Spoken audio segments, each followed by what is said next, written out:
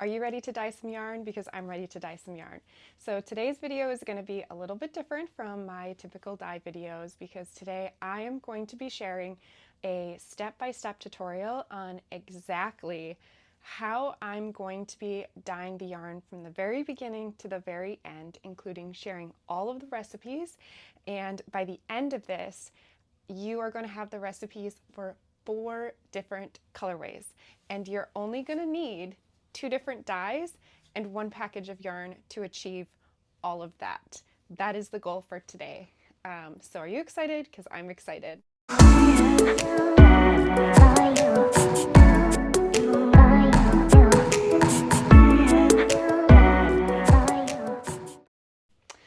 So the first thing is you're going to need your yarn. The yarn that I'm going to be using today, this yarn is from Knomad yarns. This yarn was sent to me from Knomad, so full disclosure, this yarn was sent to me. Knomad Yarns is a yarn company that I've been working with for a while. Their yarns are exceptional. Their customer service cannot be beat. It is a great company. Cannot recommend them enough. This is one of their newer yarns. So they recently started introducing a line of non-superwash yarns. And so this is one that I was really excited to try. And it's called Lily. It is 100% fine merino wool. It's 100 grams per skein, 328 yards. It's a 3-ply sport weight.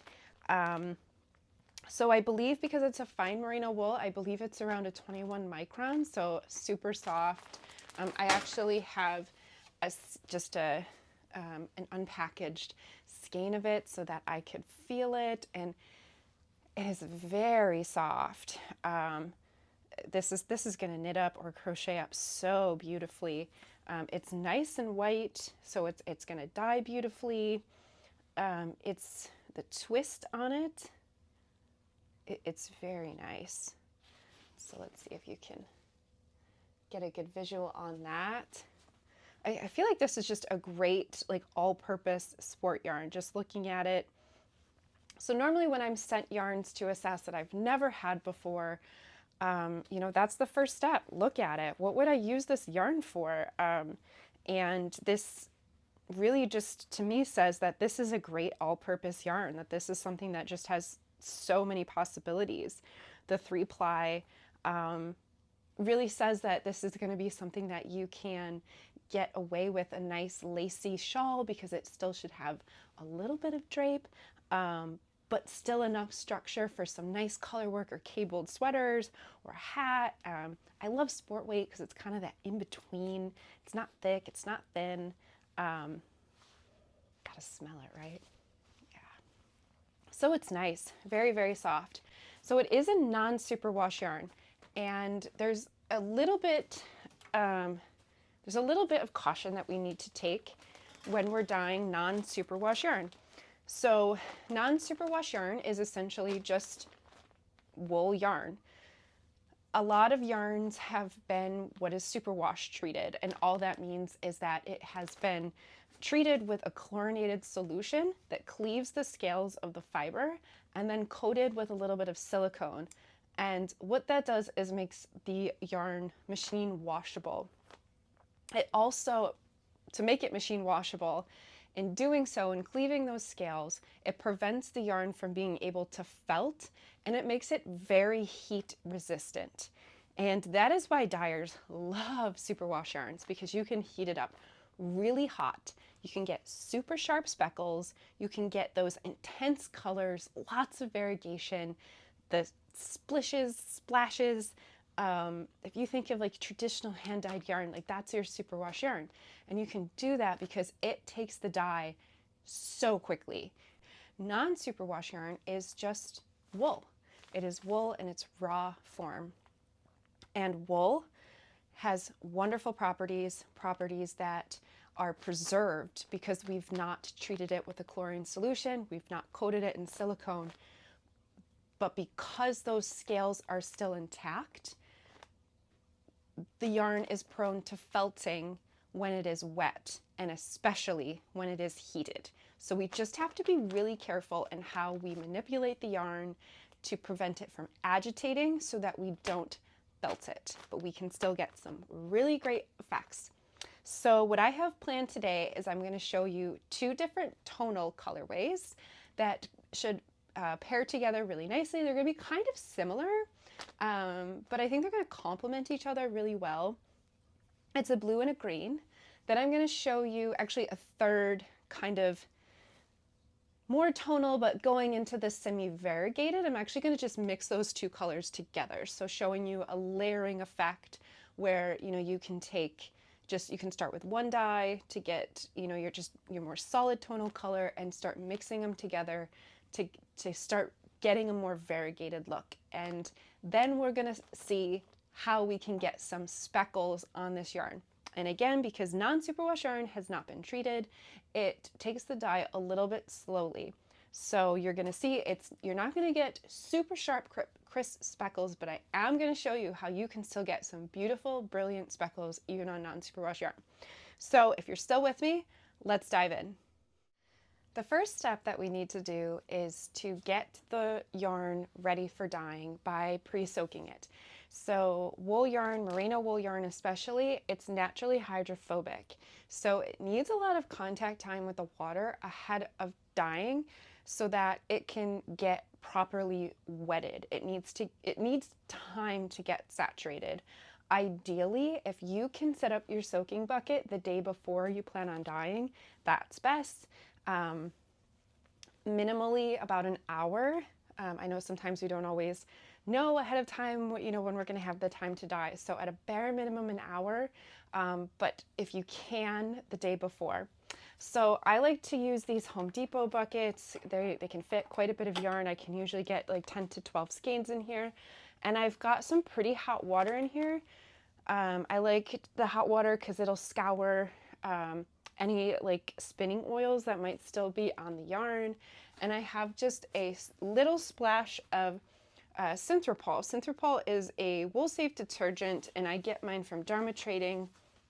You can see I use a lot of it. So I've got this gigantic bucket, but you can get smaller sizes than this. So I put just a tiny little pump in here, mix it up, and then so Knomad Yarns supplies their yarn in two different put-ups. I like to order mine in what's the folded hanks. It's just a little bit faster to process, but you can purchase them where they come like hanked and like individually tagged. So it really is just preference on how you prefer to store them. You know, if you're only going to be dyeing a little bit at a time and maybe just want to store these on a shelf so that you have every individual skein labeled with exactly what it is, ordering them in this format is probably best. I'm usually dyeing about 100 at a time, so I don't want to mess around with ripping those tags off. So I'm going to be ordering the folded hanks. So when I pull them out of the bags, I'm just giving them a good tug, and I'm always inspecting these ties. So this yarn comes pre-tied from the mill, which is great. And I'm just inspecting them. I just want to make sure that none of them are too tight. Sometimes you'll see, you know, it happens. So these are hand tied. Somebody has hand tied every single one of them. And so sometimes you'll see that they've just been left, you know, kind of pulled. And so, you know, and you just have to give them a tug back so that they don't create any kind of resists. So that's all I'm doing, is giving them an inspection. It's also a good chance too for me to inspect just to make sure that there aren't any issues with the spin. Knomad Yarns is probably one of the best companies, but you know, it's thousands of skeins of yarn. There's bound to be one where you see, you know, a little underspinned, overspin spot, and I'll just want to mark that skein that'll end up being for me for one of my samples. So for easy management, I use zip ties, and I know a lot of indie dyers will use the reusable ones. I have just found that they come open for me. So I buy the really long zip ties. I think these were like 14 inches, and I cut them in the way that I can reuse them. So when they're closed, I cut them in the way of the female end that goes in, so that I can just keep reusing these until they're too short to reuse. And I put 2 to a zip tie. So when I close them, I just close it like that. And then that way too, I don't get like a lip here that will, because otherwise, like if you have any hanging over, it snags the yarn, and that's no fun. I hope that made sense. So nice and tight, and into the bucket it goes. I usually keep the zip ties out just until I'm done, so that they're all facing upwards in the water, so that I can pick them up nice and easy later. So just looking, inspecting.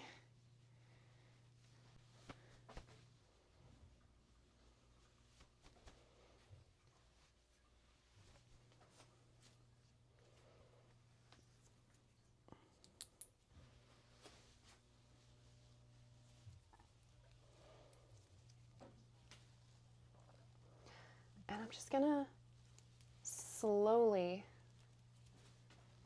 plunge this into the water. You can use your hands. Water's a little warm, and I'm gonna put gloves on in a second, so I don't want to get my hands wet.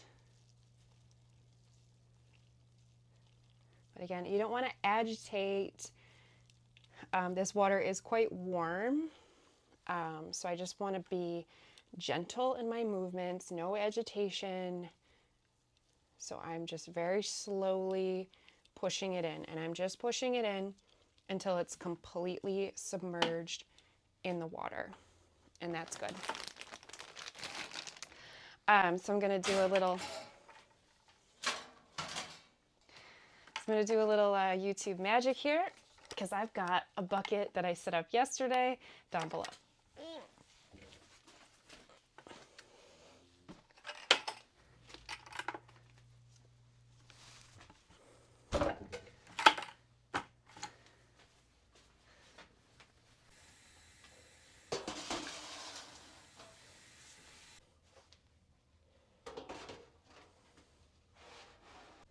All right, so now it's time to set up our pans.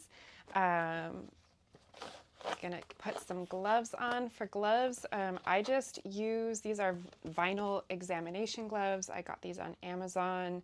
I tend to go through a lot of gloves, so using like food service gloves.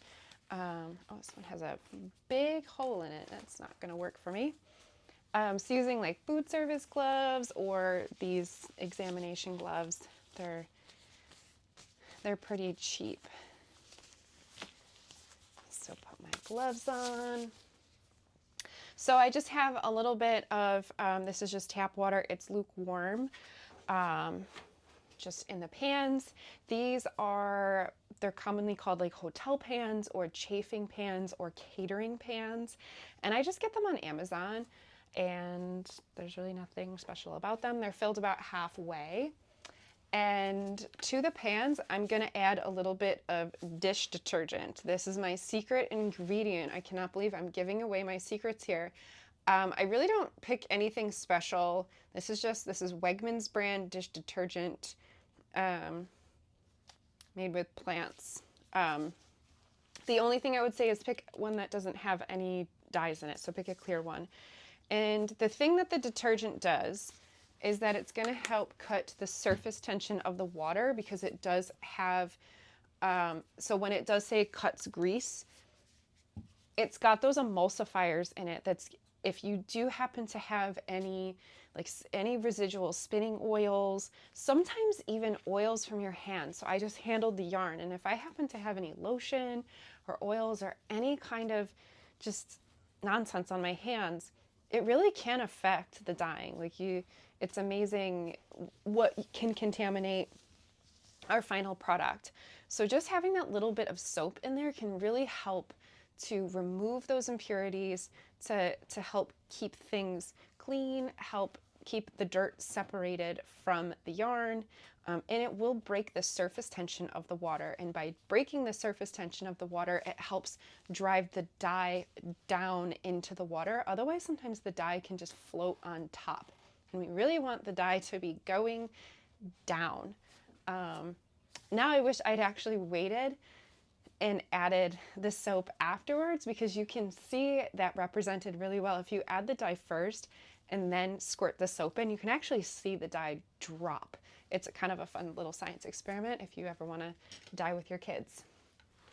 So the second thing I need to add to our water is citric acid. You can also get citric acid on Amazon or usually craft stores, because it's one of the main ingredients in bath bombs. I order mine in 50-pound barrels, so I divvy it up into old pickle jars.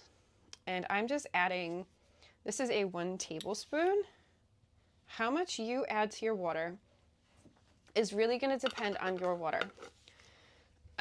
So you want to get a pH of about 3.5 is about the ideal pH for dyeing the yarn. This is just a kitchen whisk, and you just want to mix it up just until, you know, you see, usually you can see the citric acid, and once you don't see it anymore, it dissolves very fast, especially when you have warm water. And I've got it's like lukewarm, so it's gonna mix in nice and fast. So these are, this is universal test paper. These are pH strips, also got on Amazon. They're really cheap. And all you do is da-dunk. And then you just compare the color. So this is saying that my pH is, it's actually quite low. So I actually could probably have added quite a bit less citric acid. So that's interesting. So I'm actually about like a 2. So, and I love that. So you don't have to test your water every time, and I don't. I'll go, you know, months without testing my water. Usually when I start having problems, I'll test my water. But your water will change. Your water will change with the seasons. It'll change when your town is working on your water systems. If there's a water main break, as they're changing their water treatment plans. Especially with the seasons, I know here in upstate New York, we salt our roads in the winter. Our water changes because they're adding literally minerals to the waste system. So the pH will shift with the mineral changes in the water. So you want to test your water about quarterly, and that should give you an idea of how much citric acid. So for me, it's always been about a tablespoon. So it looks like right now I can probably get away with adding a little bit less, which is good to know. So I'll probably play around next time I dye my yarn. I'll probably play around with adding a little bit less citric acid until I need to add a little bit more. So we've got our 2 pans. So I'm gonna move this. Oh my goodness. Actually, I'm just gonna move this bucket down here. Okay. So the 2 dyes that we are going to be working with today, the first color is a blue color. It's from Dharma Trading Company. It's a Dharma acid dye, and it is 472 blue steel. This jug is absolutely disgusting. I've used it so much. And the second colorway is also from Dharma Trading Company.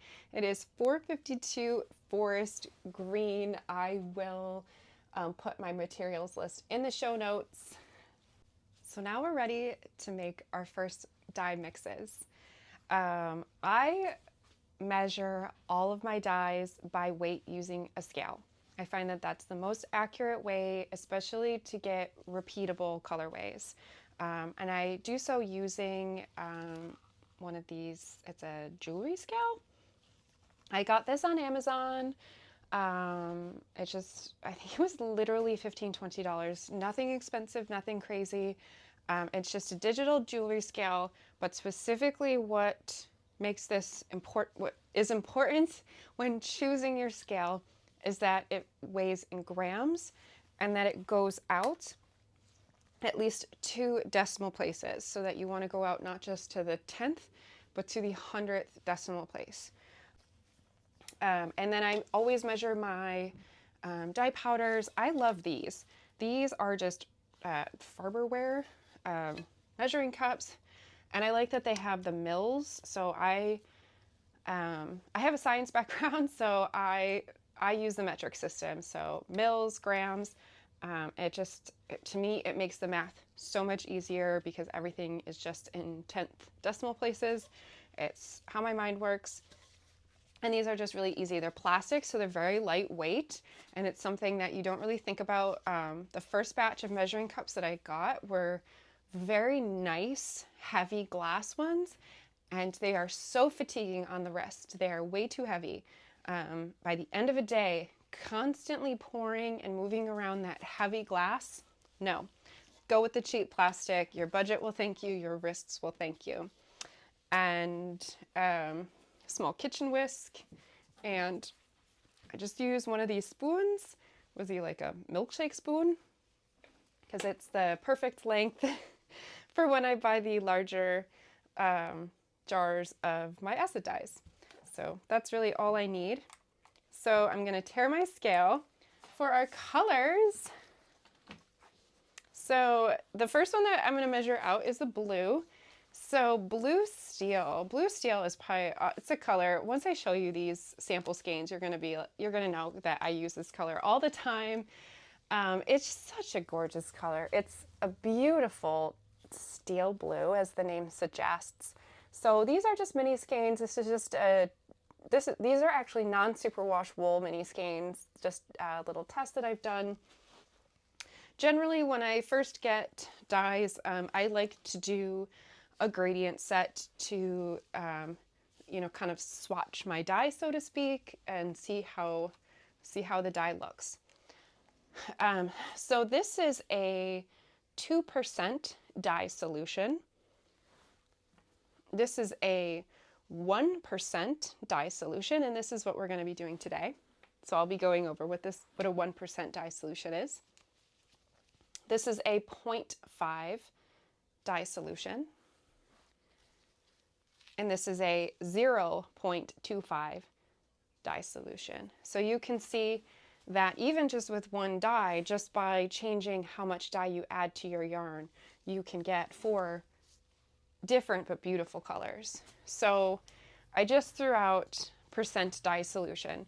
So usually when you start looking up instructions for dye, it'll tell you a percent depth of shade per weight of wool. And you're like, what does that mean?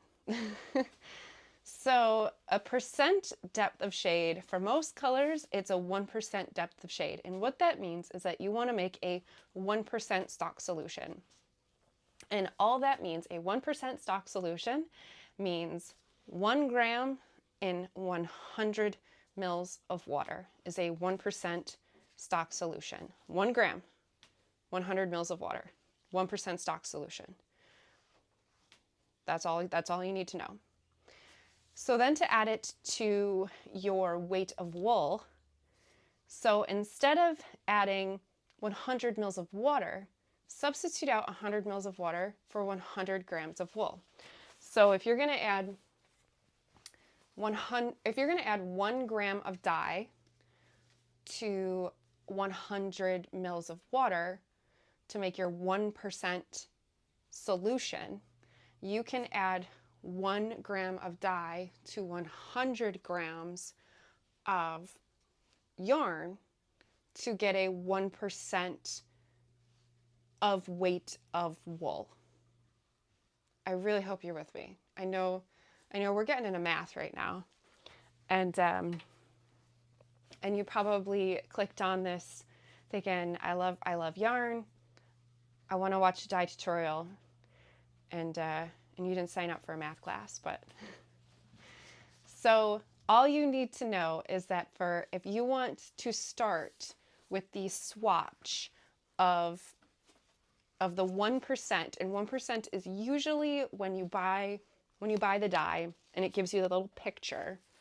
So usually the little picture is 1%. So all you have to know is that for every normal skein of yarn, which is 100 grams, you just have to add 1 gram of dye to the skein of yarn.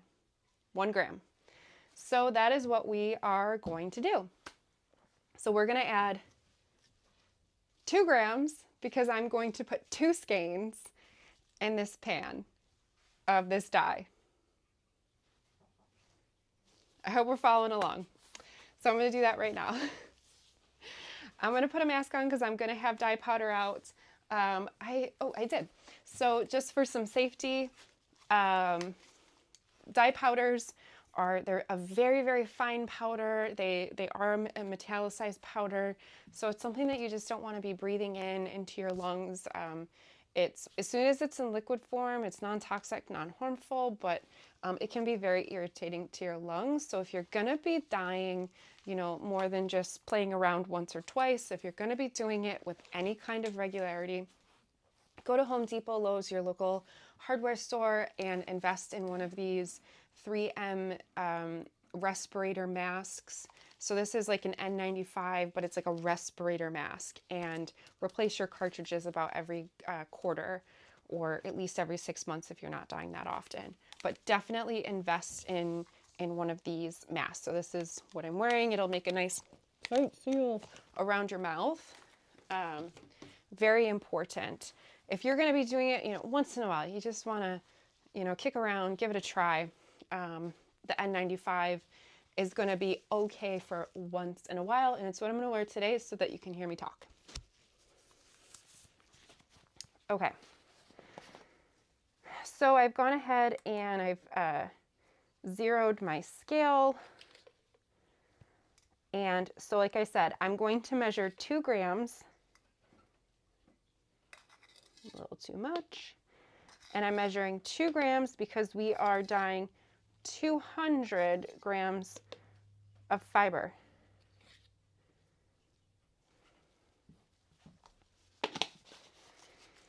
And the amount of water that we add to this, I just have just regular water in a pitcher just so that we can get this into solution. The amount of water that we add to this does not matter. And I know that seems weird, but it doesn't matter, because all that matters is the amount of dye.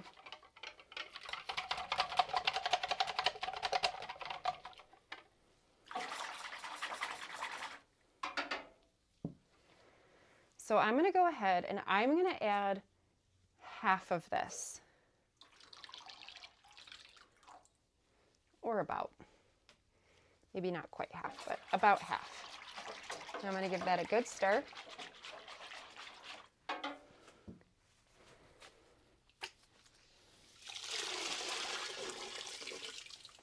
And then I'm going to add our yarn. So this is, I just squeezed the water out so it didn't drip all over.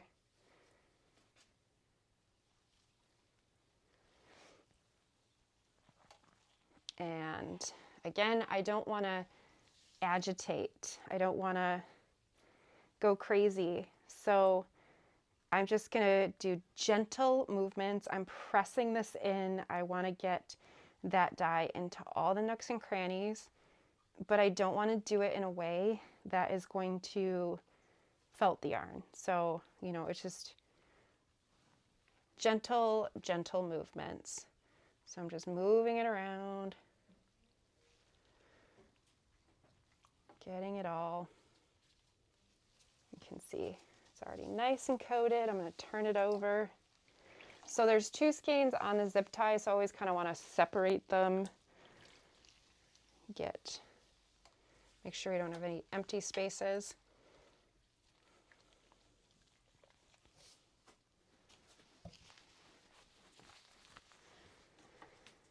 I'm going to turn my heat on.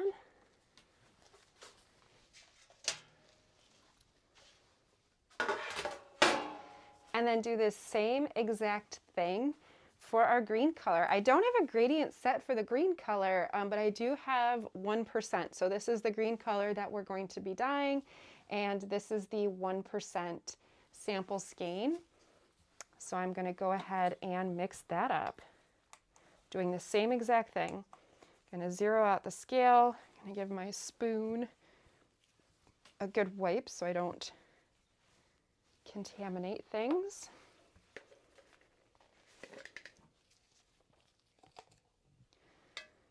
Measure out 2 grams for our 2 skeins, or 200 grams.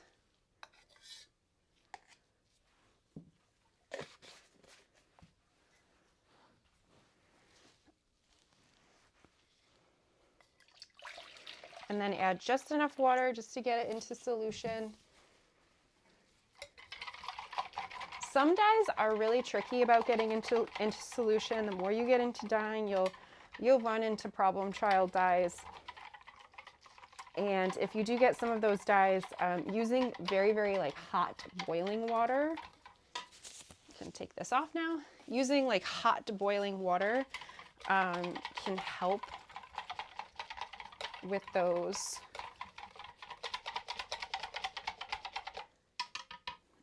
dyes that like to give us issues.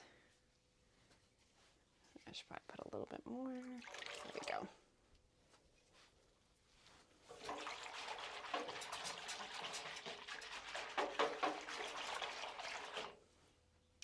Now I always like my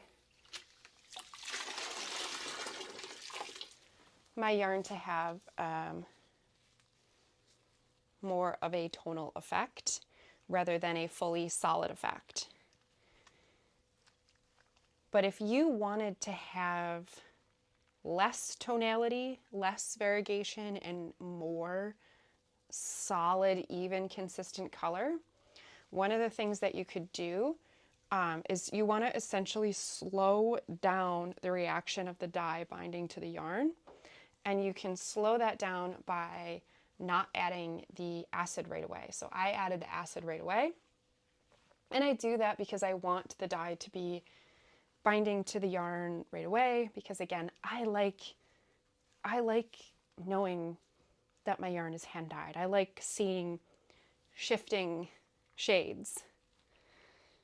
So I intentionally add my acid right away so that it is bonding, chemically bonding to the yarn right away. But if you want a more solid color, all you need to do is slow down that chemical reaction, and you do that by waiting to add your citric acid, maybe until after it's been on the heat for a little bit. And then you can also slow down your heating by, maybe turning the heat up to like medium first, just to slow things down. But I always like kind of doing it a little wrong, because that's why I love hand dyed yarn.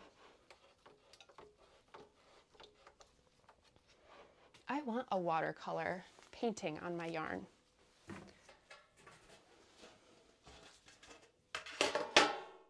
So we're gonna let these pans heat up probably for a good 30 minutes, 45 minutes or so, at least until all of that dye has exhausted. I will continue to check on them about every 20 minutes, giving them a gentle flip just to make sure that everything stays well mixed. And then once all of that initial dye has been exhausted, we'll add a second layer, let it continue to heat, flipping, all the good things. So while we're kind of minding these pans, I'm going to start working on the third color. And for the third color, this is where the fun begins. And I say that because mixing colors, blending colors, this is fun. This is magical. This is what I love to do. So, so we have this beautiful blue, and it's beautiful all on its own. It's amazing that you can just buy this blue dye, put it on your yarn. You saw how easy that was. And you can buy this green. But what if we mix them together? So I've done that in a test skein. So we are going to mix them together. So this is one where they've been very well blended together. So like properly mixed together. I'm gonna do it where, in a way, that they'll be a little bit more variegated, if that makes sense. So you'll be able to see some areas, hopefully, because this is, I've tested the recipe, but I've not tested the technique plus the recipe, so that we are going to do this a bit together. So hopefully you'll be able to see some areas of the blue, some areas of the green, and then some areas of that color mixed together. So I think it's going to be really beautiful.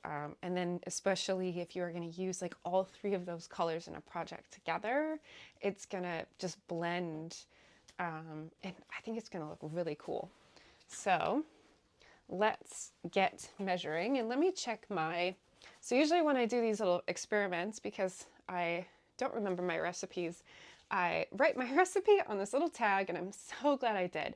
So this one is a 0.5% of our green and a 0.5% of our blue. So more math, I'm sorry guys. So if we did 1%, and 1% was 1 gram, if we have to do a 0.5%, if we eat half the cookie, so it's 0.5.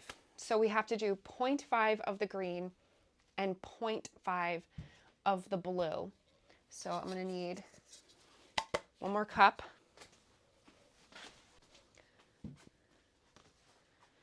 Okay, so I don't want to use these mixes because these are for those pans, and I didn't pay attention to like how much I'd added, so I'm going to keep that separate. So I'm going to make brand new mixes of not 0.5, because we're going to do 2 skeins again. So 1 gram each, because we have to do 0.5 for 1 gram, but then double it because we're doing 2 skeins. Ooh, math.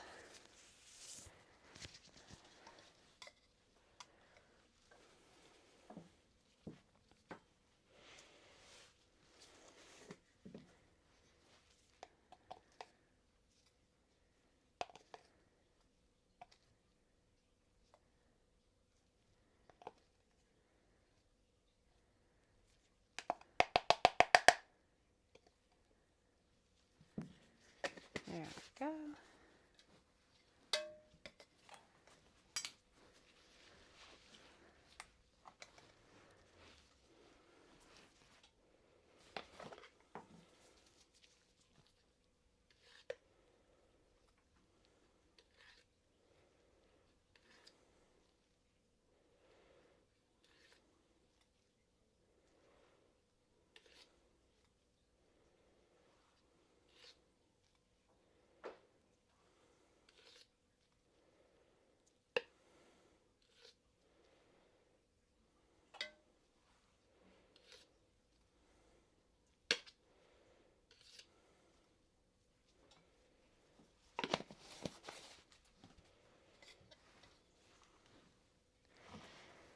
Okay, so for our tonal colorways, the amount of water that I added to the dye mix didn't matter, because we were going to add the dye to the entire pan and then evenly coat the yarn as best as we can.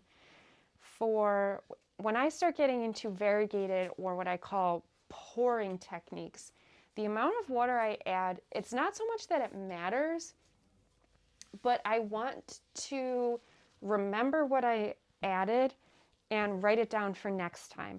Because I'm going to be pouring it directly onto the yarn, it's going to be striking where I'm pouring it on pretty much right away. So how concentrated of a mixture I've made does affect the recipe, because whether I make a very dilute or concentrated will change how bright or light that stripe is that I've just poured. So I'm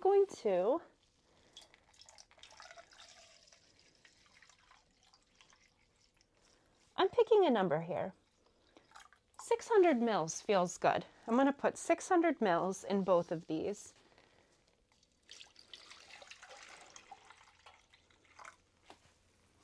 Usually when I'm pouring, I pick a number anywhere between 400 and 800.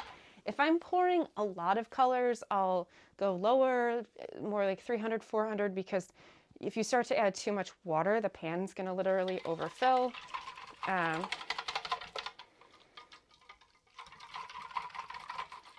If I want more lighter colors, especially if I want to do more dilution, then I will go for more like an 800. This I want a darker color, and I'm not worried about overfilling the pan. So I feel like 600 feels good.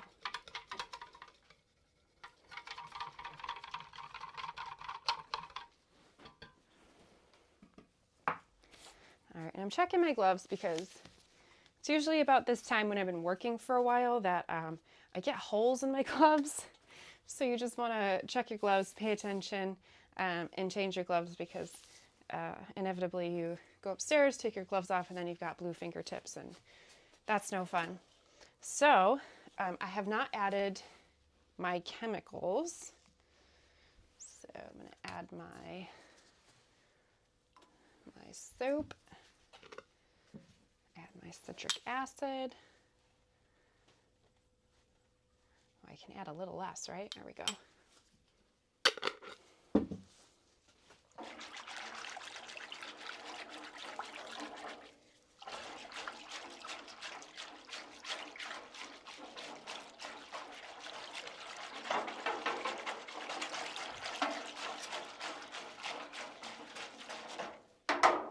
And this time I'm going to add the yarn right to the pan.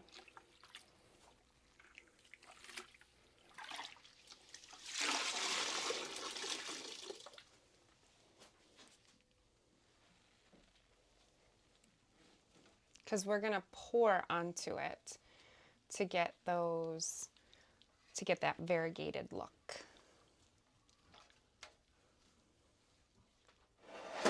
Ooh, okay.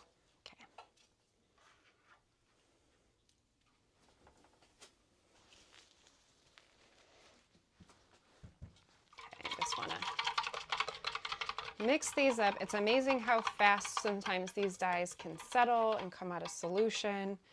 And I'll just rinse off my thing right in the pan because we're going to pour on it anyway. And yeah, so what I'm going to do is just basically pour 2 stripes of each color so that we have 4 stripes total, but that they mix, like I'm going to do it really fast and sloppy so that they all mix together. And I'm going to try to only use half of this so that we do some on the top and then some on the bottom. So here we go. There's 1. There's 2.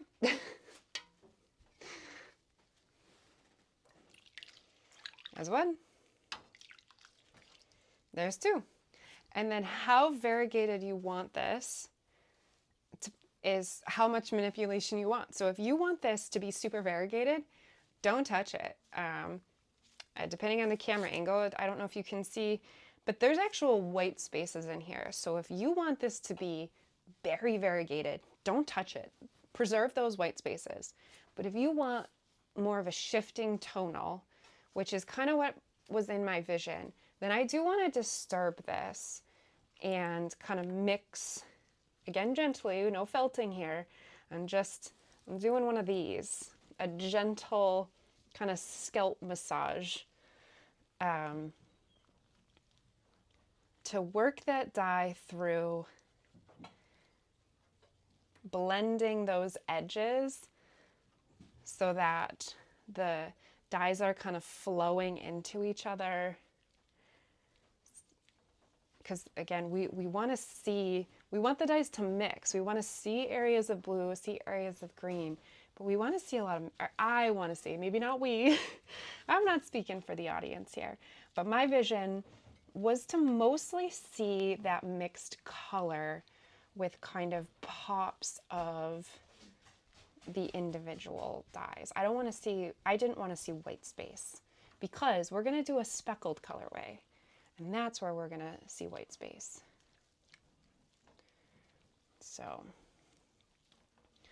yeah, so I'm just kind of mashing it together. Now, if you didn't want a variegated color, maybe that skein that I held up, maybe that was the color you wanted, you could have just mixed these two dyes together and applied it how we applied the tonal yarn. And, you know, and then you don't have to worry about, you know, areas of blue or areas of green. You just get that color. Another way to do it, which I think is really pretty, is to do a layering effect where you use the method we just used and you dye it completely one color. So maybe you dye it completely blue and then you over dye it green. And that has a really neat effect as well, because you kind of get like undertones of the one color. There's so many possibilities that you can do with the yarn. And this is why I like yarn dyeing can be so addictive, because with two dyes, you can get so many different colors, but not just colors. You can try so many different variations and techniques, and all of these skeins are going to look different. But my hope is that we can still use them all together into a single like cohesive project, but they are all going to be unique and different. So it's going to be neat. Okay. So I'm going to let that sit. So I only have 2 burners in this room, so I'm actually going to take this over into my main dyeing room so that I can get this heated as well. And yeah, so I think I'm going to probably take a little break here, a little interlude mission. So I'm going to take a little interlude mission here. I'm going to go heat this guy up in my main dye room. I'm going to give these a flip just to mix things up. And then we're going to come back and we're going to carry on.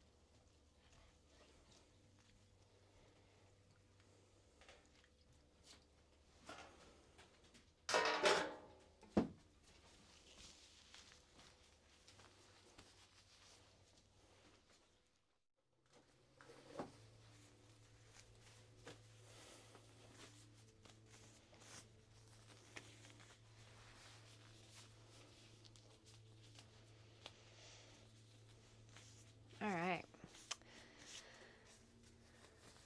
So it's been about like 20 minutes or so. So let's check our pans. Ooh, it's warm. I can feel it. Let's see where we're at. Beautiful color. So you can see our water is almost clear. There's a little bit of residual blue, but it's just about all clear. So is this our blue? Yep, that's our blue. Making sure we're not pouring our green on our blue yarn. So I'm going to just pour the rest of that blue dye into here. And I probably should have mixed it up, but I'm just going to do a little bit of that, get that all mixed up in there.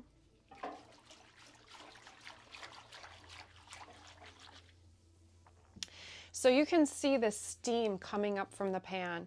So the hotter that these pans are, the more careful that we need to be with this non-superwash yarn, because we are more and more at risk of felting our yarn. And I don't want to scare anybody. Like, as long as you're gentle, and you can see I'm just gentle, slow movements, you're gonna be fine. And we need the heat. So you're probably saying, well, then why is your pan so hot? We need the heat to drive the dye to the yarn. That chemical reaction has to occur, and the chemical reaction needs heat to happen. We need a lot of heat. We need about 180 to 185 Celsius. What is that, like 220 Fahrenheit? So you do not want your pans to be boiling. If you start seeing bubbles, any kind of like agitation in your water, roiling, whatever, pops, fizzles, all those things, turn your heat down. But you do need quite a bit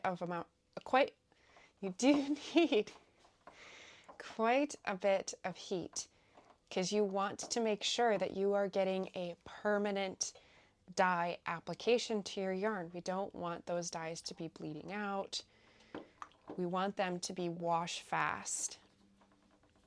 And the way to do that is with lots of heat and our acid. Okay, so just soft, gentle movements. I've got this spread out, and the dye will continue to heat. And I'm going to do the same exact thing for our green yarn over here. That's looking beautiful. So I'm just going to find the zip tie, which has gotten buried. There you are.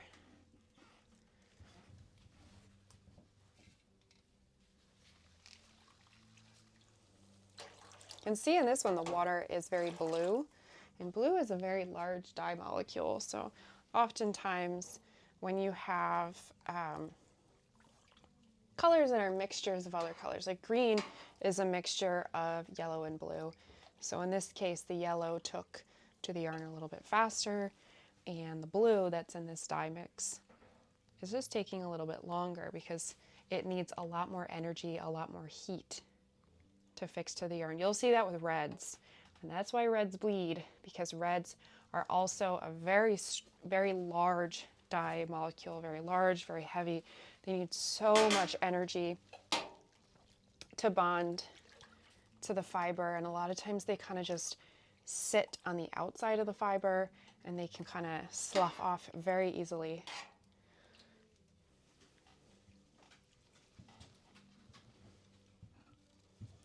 So just very slow, very gentle. This would be really pretty.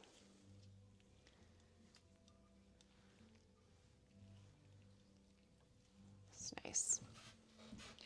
Very nice. All right. So that's going to need, we had it going for about 20 minutes before, and it wasn't completely exhausted, so it's probably going to need a good 30 to 40 minutes. But I will check it again in another 20 minutes because I want to keep flipping it. I want to keep it as nice and even as possible. And especially so we don't get like those kind of flash points. So sometimes what can happen, the points where the heat is kind of touching the pans of the yarns, you can get those darker spots on the yarn. And again, I don't mind that, and I almost want that and like that because I like to see lots of tonal variation in my yarn, but I know some people don't. So the more you kind of check it and move it around, the better and more even you're gonna get. But the more you touch it, you're also gonna risk possibly felting it. So you do want to kind of weigh the risks there. So one final pan. I did tell you 4 colorways. I'm debating whether we should break this up into 2 parts because I feel like this video is going to end up being a little long, but that's okay. I promised 4 colorways. I had 4 colorways planned, and they're all going to go together so well, and we're going to do it. So this is the final pan, and I'm going to prep it exactly the same. We're going to do citric acid. And I did a full big scoop there because I want this water to be very acidified. The reason So I was saying that in the very beginning of this video, I was telling you about how non-superwash yarn, you know, just doesn't take the dye as quickly as superwash yarn. So you have to, so you oftentimes don't get speckles that are just as sharp and crisp as superwash yarn. But that doesn't mean that you cannot not get really good, sharp, crisp speckles. You still can get some really great speckling, and I'm going to show you how to do it. You got to be patient. You got to be careful. So how do you dye yarn? You need water, acid, and heat. And how do you drive that chemical reaction? More heat, more acid. So I want to make sure that that this is a very low pH. So I just added a big old heaping spoonful of citric acid so that we have a very nice low pH. And I'm going to heat this fully all the way before we do any dyeing. In hindsight, I probably should have set this pan up first and had it heating, but we're here now, so it is what it is.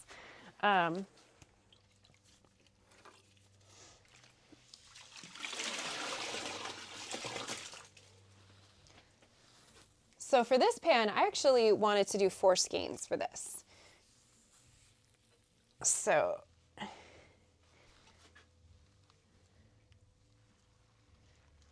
four skeins in this pan, and I've got a little bit of a lower water table because we're speckling. I might actually take some water out of this.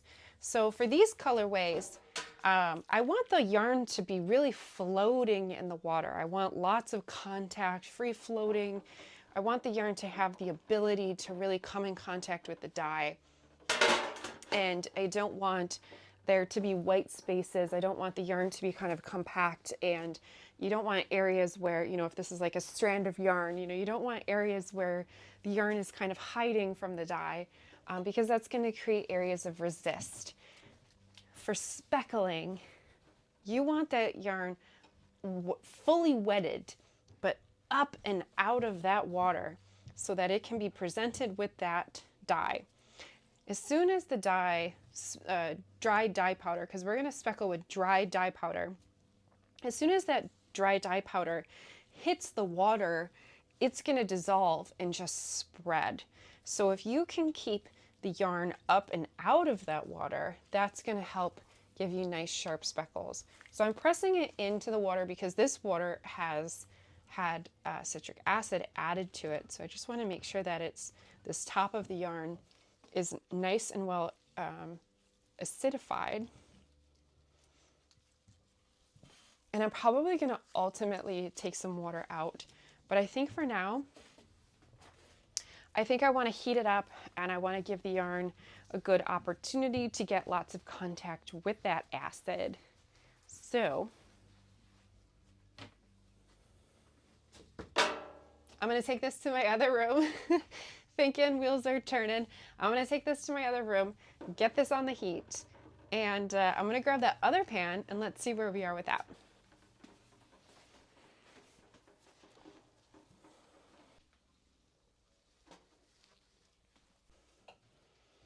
This pan is nice and hot. Look at all that steam. And I don't know how to tip this up without it being a complete disaster. But it is beautiful. So beautiful. So I need to find, there we go. I need to find my zip tie. This water is actually completely clear, but you can see it's exhausted. But yeah, we have the effect that I wanted, where you can see the individual shades of blue and green, and then you can see lots of areas where the colors have been added together. And even on the other side, it's moved over to the other side quite a bit, like the dyes have dropped down. But you can definitely tell the other side is a little bit bare, and there are some kind of areas of white. So we'll flip it over very carefully because this is hot.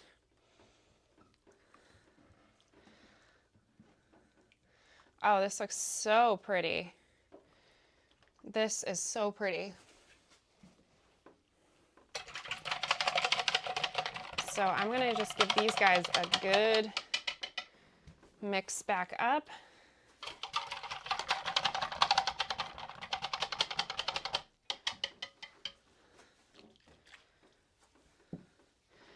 And I'm just gonna pour. I tend to focus on areas that look the lightest, and especially if I see any white spot, I'm gonna pour right on that. And I really want to keep what's going on here, so I'm gonna pour blue on blue and green on green. So like this was where I had poured blue before, and I see kind of a white area there. So I'm gonna do that, and do that, that. Now, because this is so hot, this dye is going to start fixing essentially much faster than before. So I want to be a little bit hastier to spread this around. Like, I don't want to wait. Again, I got to be careful, but I don't want to wait. And because it's so hot, I can't just go in with my fingers. Unless you have heat resistant gloves, which they do sell and are a great option. But I just use this spoon and I'm just picking up the water and just kind of moving it around to where I think it needs it and just kind of pushing it to those edges. I got really messy.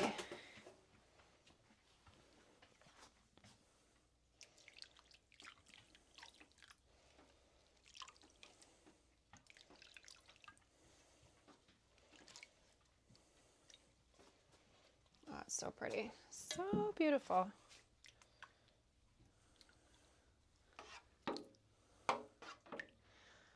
So very gentle, like I'm really just touching the surface of the water. I'm really not touching the yarn. Just kind of zhuzhing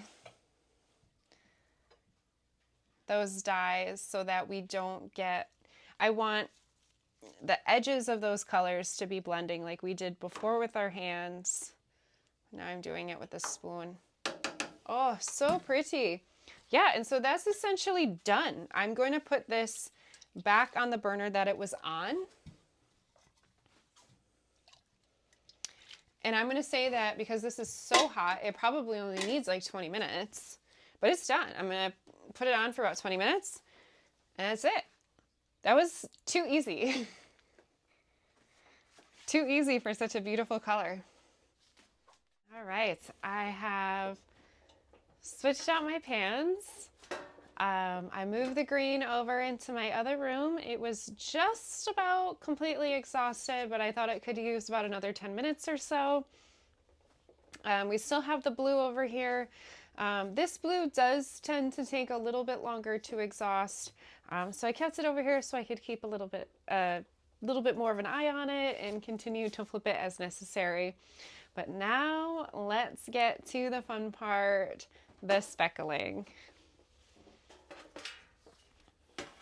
So I have 4 skeins of the lily in this pan, and I've been heating this for quite a bit now. You can see the steam, and that is going to be the key to speckling non-superwash yarn. So speckling is very easy. We're just going to throw dry dye powder onto the yarn. And so because we're going to be working with the dry dye powder, we want to be putting our mask on. Usually I'm wearing my respirator, but again, so that you can hear me speak, I'm going to just wear my N95.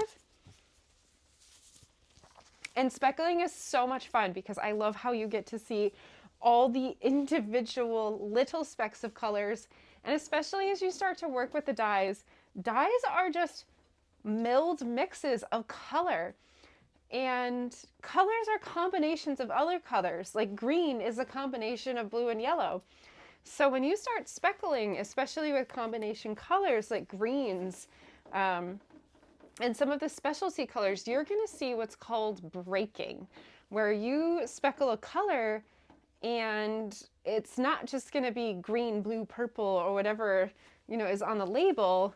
You're going to actually see the individual speckles of all of the little molecules of color that went in to make up the recipe of the color. And that's what makes speckling so special. And you're going to see that happen on this. So I'll do a little pre-spoiler. I like speckling with blue steel because blue steel is a pretty solid blue. So spoiler, blue steel is going to speckle pretty blue. And I like that. I like that it's going to be your strong blue. But forest green is going to do some really fun things. So let's get going. So I kind of want to speckle this in a similar fashion to how we created our semi-tonal variegated colorway with doing our sections of stripes. So I'm going to do kind of 2 random stripes of blue. And I just took like a pinch and just like I'm seasoning a steak. I'm just dropping that dye. And this is also why, you know, the more speckles you get, the harder it is to get more consistent batch to batch because you're not measuring. You're kind of you're going by the feel of how much you've picked up and how much you pinched. So there's definitely days where I say I have like a heavy speckle day and a light speckle day.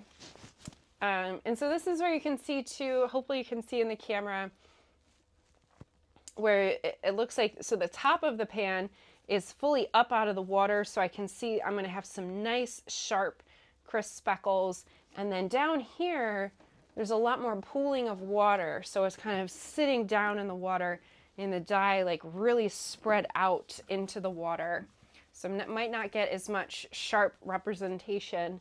And I'm remembering now I had said I wanted to take some of that water out, so when I flip, if I remember, I'm going to take some of that water down. So all I'm going to do is just rinse my fingers. A lot of times what I do is I'll keep an actual skein of yarn, like a wet skein of yarn that I'll wipe my fingers with, and that's what I call, and I'll sell those as like one of a kinds. Usually I call them my wild flowers, where I just have all of my excess dyes. So I'm just going to go wipe my fingers. So you can keep a container of water and dip your hand in it, kind of like dipping a painter's brush, and then you can save that water and save that dye to use it to dye like a one-of-a-kind skein of yarn. Or you can actually do what I was saying before, and maybe I'll show you in another video later on what I mean by that, where I'll use a wet acidified skein of yarn, kind of like a towel, and as I'm speckling throughout the day, I'm wiping my fingers on it, and it's so beautiful. By the end of the day, you see all the random colors on it, and it's such a random one of a kind that literally cannot be recreated. It's really neat. So okay, so now I'm going to do the green.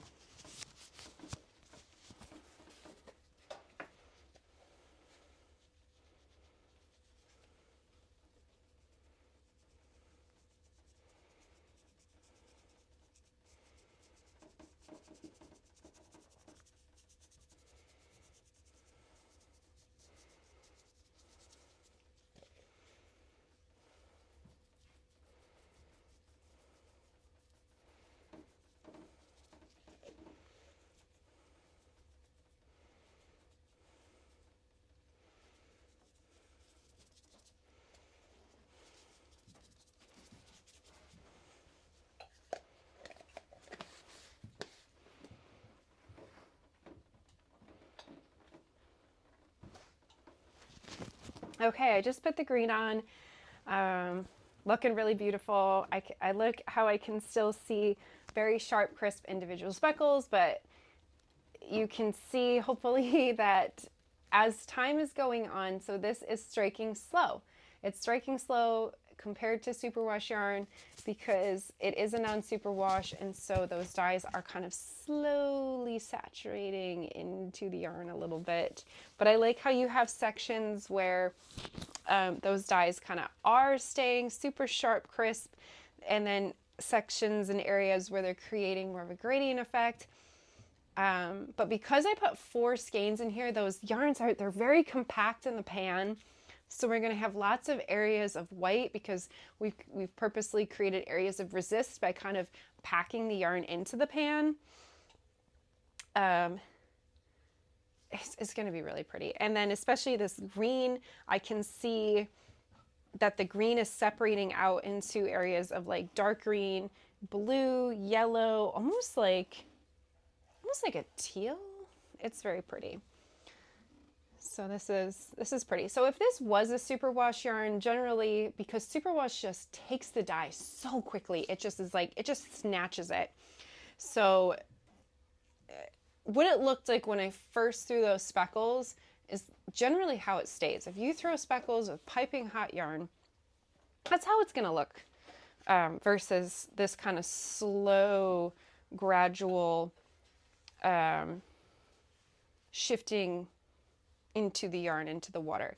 So that's why non-superwash yarn looks more like a watercolor than a sharp, crisp, hard-edged speckle.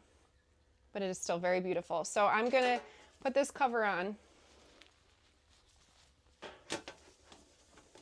so that it can continue to get heat, because the more heat, the hotter it stays, the sharper those speckles are going to be. I want to heat this for probably a full half hour, because I want it to be fully exhausted. I want all of that dye to strike before I disturb it and flip it over. But I'm going to flip it over and I'm going to do the same exact thing, I think. I mean, I never know until I flip it over and really see what it looks like on the other side, but that's what I think I'm going to do. So we'll see. Let's see what this guy's doing. Oh, I think this is done. Yeah, see, the water is completely clear. Look at how beautiful this skein is. So I can actually turn this off.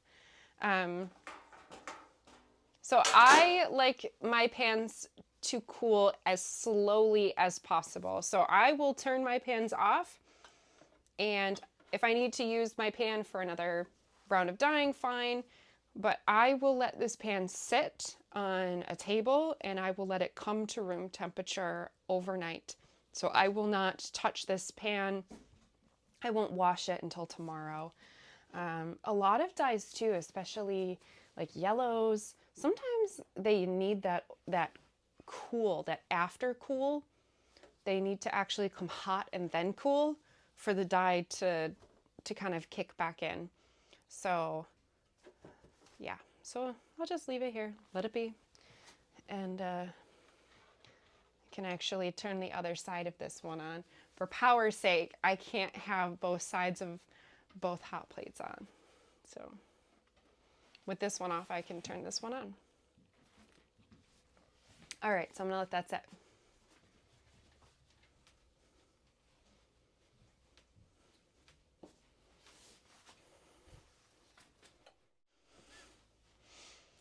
We're back, and I think we're back with the final step. Let's give our pan a little check-see and see.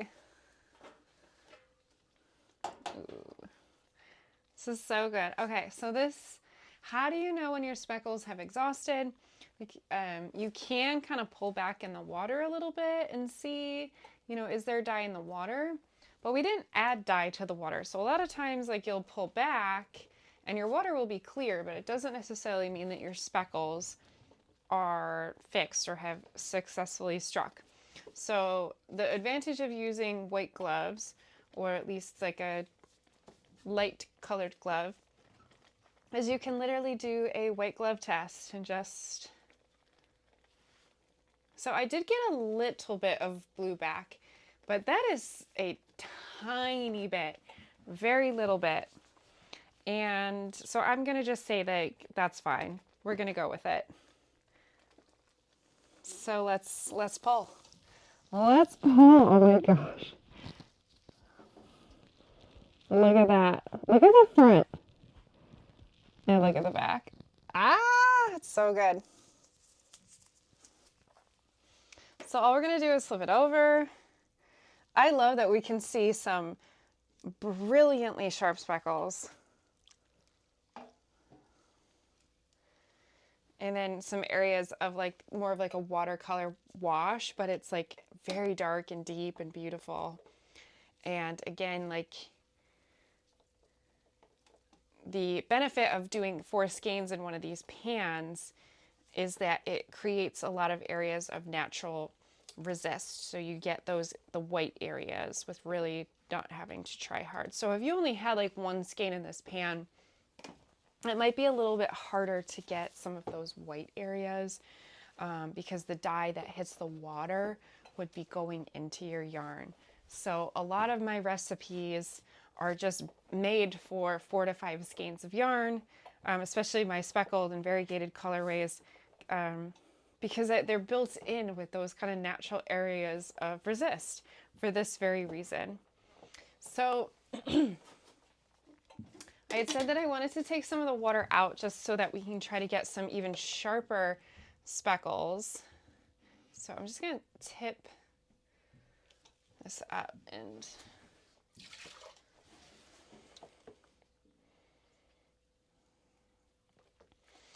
I want to be careful. I don't want to take out like so much that, you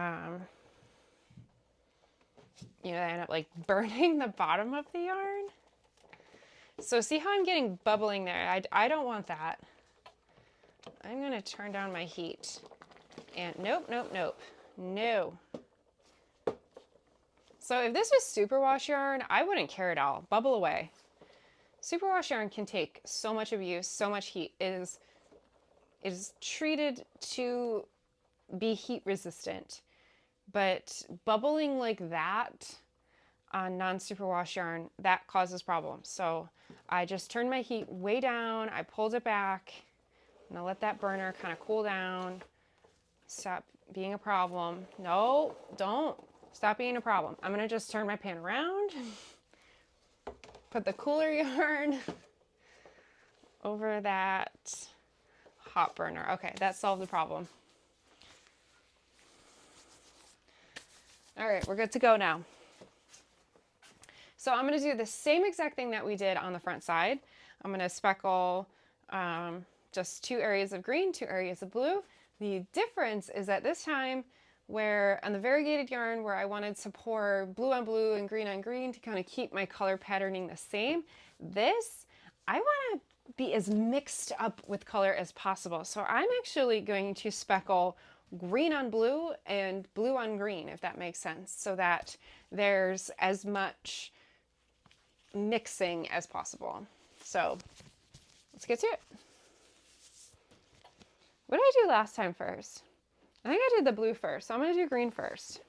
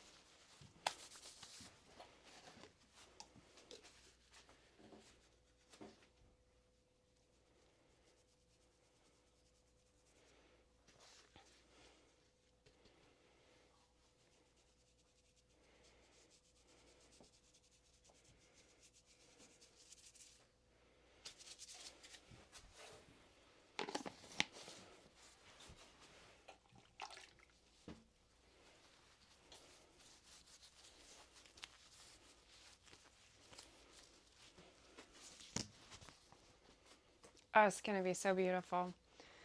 So that's that. This pan is done. All 4 pans are done. If you have stuck with me through this whole time, thank you so much for being here. I hope that you've learned something. And are you going to try these recipes? I would love to know, are you going to try these recipes? If you do, please share your work with me. So you can find me on Instagram as megsandco_yarn. Share your work with me. I also have a Discord chat. Pop into the chat and share what you're working on. I would be so excited to know that you had tried one of these recipes. If you ever have any questions, absolutely ask away, especially in my Discord chat. That's probably the best way to pop in and ask those questions. And I'm so excited to see what you create, and especially seeing what you do. What do you do differently? What areas do you explore? And hopefully you can see just the world of possibilities that you can do with just 2 dyes and 1 bag of yarn. It's so much fun. So I'm gonna heat this up for probably another good half hour. All of the other pans are done. I've turned them all off the heat, and I'm gonna just let them sit overnight, and then I'm gonna wash them, soak them in a little bit of eucalyptus, spin them out in my spin dryer, and then dry them. And then I've got to figure out, what am I knitting with these? So please, in the comments, what would you knit? So we've got 4 colors. We've got 2 semi-solid tonal colors, 1 semi-tonal variegated, and hopefully a nicely speckled yarn.